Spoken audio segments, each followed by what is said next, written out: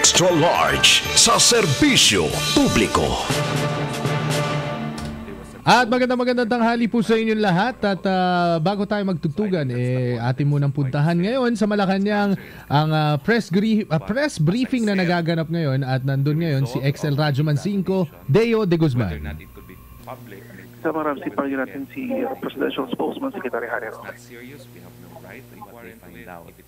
If it's not serious, we have no right to inquire into it. If it is serious, he will be compelled to share it with the nation. Sir, good afternoon. Sir, in any family, sir, pag may sakit yung parent mo, sibling mo, you are concerned. Gusto mo ng treatment o kung medyo malala, you want to prolong yung magkaroon siya ng quality life. Since the president is the father of the nation, ano bang real state? Or ang tanong siguro, is the president dying? Hindi naman po siguro, no? Kasi kaya ko nga po pinakita yung video para ipakita na malakas po si Presidente. Pero ang sabi naman niya kahapon, name a 73-year-old na walang karamdaman. So, kung meron man siyang karamdaman, he thinks it's not out of the ordinary. And again, uulitin ko po, dahil nanggaling na nga sa bibig ni Presidente, hindi po para itago ito ng Presidente sa taong bayan.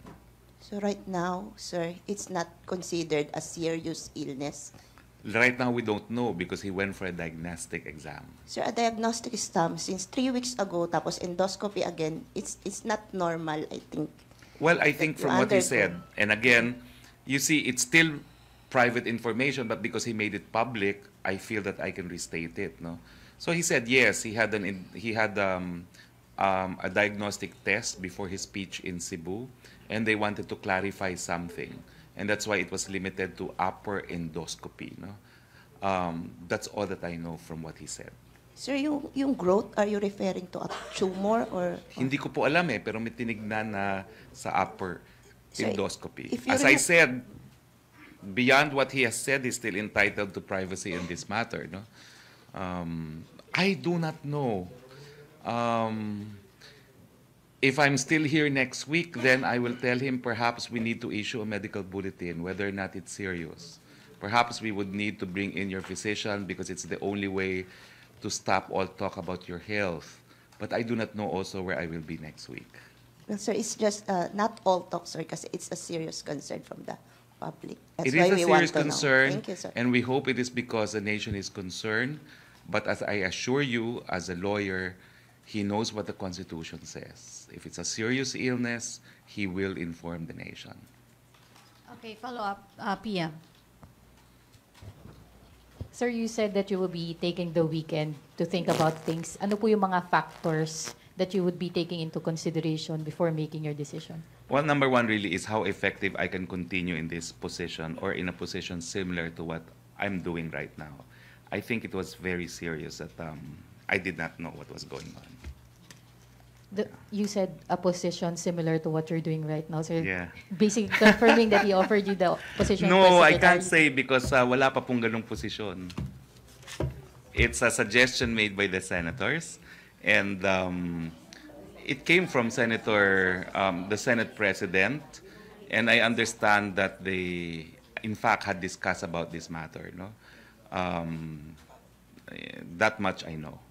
Did the President tell you, sir, what he intends to do with Secretary Martin and Dinar? Well, I leave that for the President to announce. There will be major revamp because there's at least possibly 6 cabinet members filing their certificates of candidacy. So there will be new appointments to be made next week.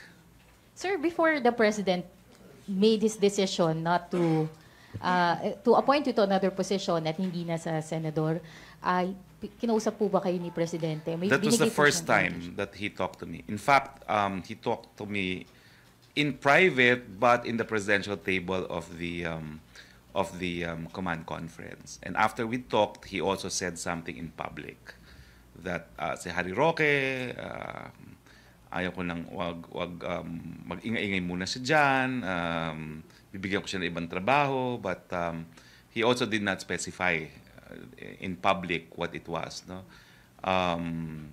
That's why I thought when I read an article from somewhere that it was a report on the command conference, I did not know that he said something else in the PMA affair because I had left already by that time. were you surprised by the president's decision? Kasi previously, sir, parang he gave the idea na he's supporting your bid for the Senate. Yes and no, because when I came on board, it was clear it was to be for a year. And the general context was, in fact, it was to prepare me for the year, no, for what would happen a year later, no. But I also was not surprised because I knew that he also wanted me to stay, no, and to continue with my undertaking, no. But as I said, it's difficult to continue unless people believe me. And now I think people will not believe me because of the incident on his health. Last na lang, sir, may pagtatampo po ba kayo sa Pangulo? Wala. Nothing at all. Bakit, sir? Tuesday? Wala. Sir, sabi niyo itong weekend mag-iisip kayo. So by Monday po ba makikita-kita pa rin tayo? May press briefing ka pa as presidential spokesperson o press secretary na? Let's just say that on Monday you will find out about my plans, finally. Okay. Okay. Ina. Sir, going back on the President's health, just to be clear about it, kailan po nakita yung growth? Was it seen after, kumbaga yung result ng first endoscopy? Again, colonoscopy? hindi ko alam kung ano yung in-undergo niya. Dalawa yung in-undergo niya eh. Pinagtatawa natin yung mga doktor Colonoscopy eh. and endoscopy. Yung doktor ng something, bowel, right? So, doktor niya yun dun eh, no?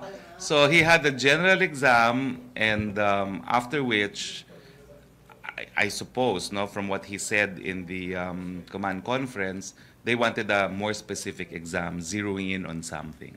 So, which means, yun nga, nakita pala doon sa first Nakita po sa set first. of tests. Yes. Okay. Okay, sir, tanong muna kay from Pia Rañada, sir, from Rappler, Secretary. By exonerating Michael Young's from drug links, is PRRD acting prematurely given there is an investigation into Young's drug Naku, involvement? Pia, correct mo muna yung story mo bago kita sagutin. And number two, which Kung ikaw naman ay gagawa rin sarili mong kwento, useless na yung pagsasagot ko sa'yo, I'm so sorry. I'm not in a position. I'm not in the mood to answer you now dahil nakita namin kung ano yung video at ano yung storya mo. Ito po yung second question niya. Which government agency is probing Michael Young? Why is PRD casting doubt? As I said, correct mo on the muna yung storya mo. I need to believe in you, no, before I could respond to you. Napakalayo naman ang report mo dun sa nakita nating talumpati ni Presidente. Kaya naman nag-iisa ka nag-report ng ganyan. Ralph. Microphone. Sir, would you know po kung ilan yung growth na nakita? Hindi ko nga po alam. Wala na akong alam. Ikaw naman. Kaya nga hindi na ako karapat-dapat dito dahil wala akong alam, no? Thank you, sir. I'm so Tina. sorry about that, but there's Tina. nothing I can do about it. Question? Wala na? Okay na? No more questions? Okay? Nestor. Okay, thank you, Presidential Thank you. Spokesperson Harry I'll Roque. see you on Monday, definitely. Wow. Thank you, Malacanang. Sige. Ay dahil nga daw doon sa nakita ng publiko, at ng publiko yung sinabi ni Presidential Spokesman Secretary Harry Roque na walang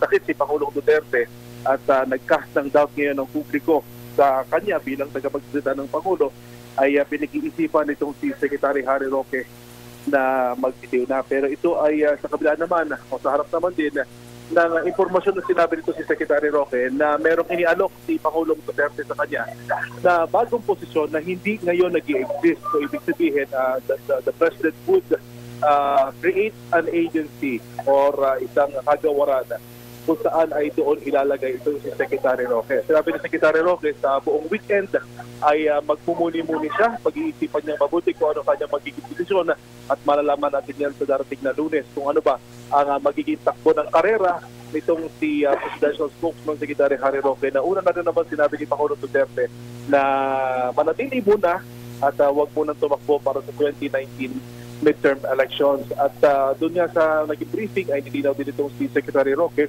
na malinaw doon sa naging talumpati ni Pangulong Duterte na wala itong sinasabi na itong si Michael Young, isang negosyante niya Chinese, na ito ang isang drug lord or may kaugnayan sa illegal na droga ang sinasabi niya ni Pangulong Duterte, ipinagtatanggol pa nga niya ito dahil itong si Michael Yang ay kilala sa China at kasama pa nga niya sa entourage itong Chinese premier at doon pa mismo natutulog minsan ang ambassador ng China dito sa Pilipinas sa bahay o sa tahanan itong si Michael Yang. Kaya ipinagtatanggol ito, sinasabi nito si Secretary Roque ay dapat baguhin ng Rappler itong kanilang balita kung saan niya ay sinasabi ni Pangulong Duterte na tinuturo ng Pangulo na ang itong si Michael Yang ay isa may kaugnayan sa illegal na droga. So aabangan pa natin na kasamang Ramcy kung ano ba talaga yung magiging desisyon ito si Presidential Spokesman Secretary Harry Roque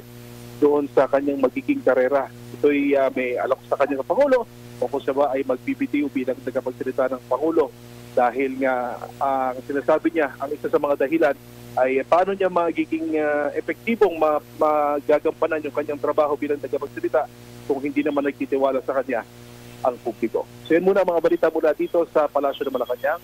Radyo Man 5, Deo de Guzman, Tatak RMN, DZXL 558. Maraming salamat, Excel Radyoman 5, Deo de Guzman. Balik na natin ang ating tugtugan and welcome sa DZXL Songbook. Oras natin 12:47. DZXL Songbook with Ramcy Tirona.